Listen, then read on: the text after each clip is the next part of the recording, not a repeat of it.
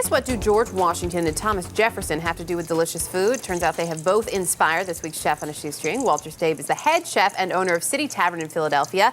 You may also know him as the host of A Taste of History on PBS, which helps us get to know the founders of this country through the foods that they ate, and he cooks them all in the traditional manner. This morning, he's tackling a three-course meal, which includes one of Jefferson's favorite sides. And of course, your challenge on this was not just the historic part, but doing it all for under 40 bucks. You got it right. Great to have you with us this morning, Chef. So good to be here. What's on our menu?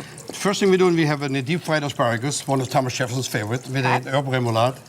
The second course we're making is a beef roulade from the Black Forest cuisine of my book. It's like a beef that has little onions and parsley in it. And to top the whole thing off, we have a nice poached pear.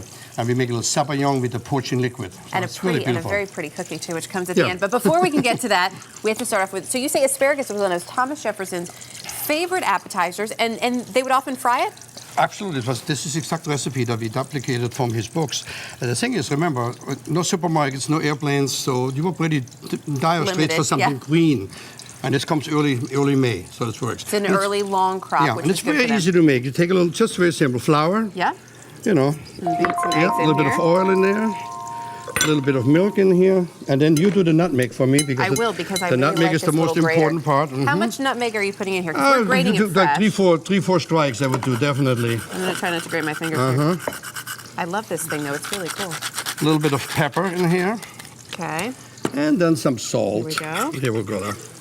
Now you whip it up really good for me. Obviously, I have some already made. There we go. And when you do this recipe, you want to make sure that you cook the asparagus al dente. You want to poach it. You don't want to put the asparagus really raw. quickly, or just sort of like some people may say, it's flash boiling. Throw it and take it out. Does it matter? I'm going to use your ready-made batter up here. So you just dip this in like this, and then you throw it in. Does it matter on the thickness of the asparagus? Not really, but I like medium size. You throw one in here. There we go. Medium size would work. Here we go. Can I taste these? Yeah, but just for you. Here we go.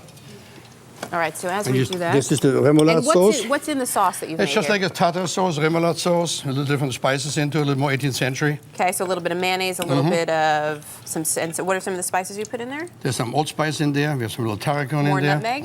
A little bit of nutmeg. Good? Yum. All right, let's come over here. Now, this is the roulade. You come on this side, I'll come over here. I'll do it either way you want to do it. So the first thing you want to do... Flatten out your meat. And what cut of beef are you using? You can use like a London broil, or you could use a flank steak or inside round. You tell the butcher how to make it. Okay. You put a little salt, a little pepper over here. Then we take Dijon mustard. We rub a little Dijon mustard. Don't be too shy in Dijon mustard. This gets the flavor, I promise I won't be.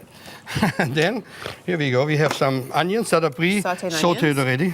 We go like that. Sauteed. And we have some parsley, freshly chopped. Yeah. Freshly nice chopped. Color too. We have some bacon. Nice smoked applewood smoked bacon is good. Like so, a little bit more. Pickles. And there comes one pickle in there. Here we go. And so this was traditional. And now you want to roll that. Okay.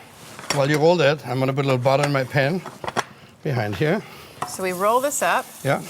And am I putting this in to keep it together? You want to the other way. You want to hold it like so. Okay. Okay, a little bit more salt and pepper on here. Okay. In the pan it goes. There we go. And we've got about a minute left. So how long do we cook these for? We're going to cook a little bit and then the brown off on both sides, like so. Don't burn those fingers. I know you're a professional, but a little red wine over. Wine. And does it matter what kind of red wine? Red wine dry. In the oven it goes. Okay. And after voila, how long comes out. do we have 45 minutes. Okay. 45 minutes. Then we do a little... We have our sabayon ready over here. We'll try a little test of the beef as well. So you're making a sabayon. This is for the poached pear. The poached pear. I'm going to show you one of those. Look at the sabayon right there, which is basically just egg yolk, sugar, and I use the poaching liquid from the actual pear. Okay. And the pear, when you poach it, you just peel it and then poach it in the water? Peel it, poach it, no, in red wine. Oh, in red wine. Star anise, cinnamon, some vanilla if you like. Whole spices here. Yep. And then you made the sabayon, which of course we'll have that recipe on our website. We put a pear on. Yep. Here we go. And then if you want to be fancy, you have a little cookie.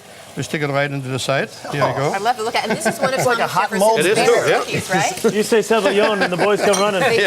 Yeah. All right, I'm going to try a little bit of this while we see how you did on your $40 budget.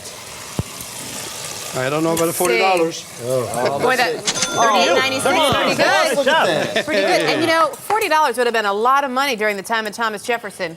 So really, you've done very well. Great.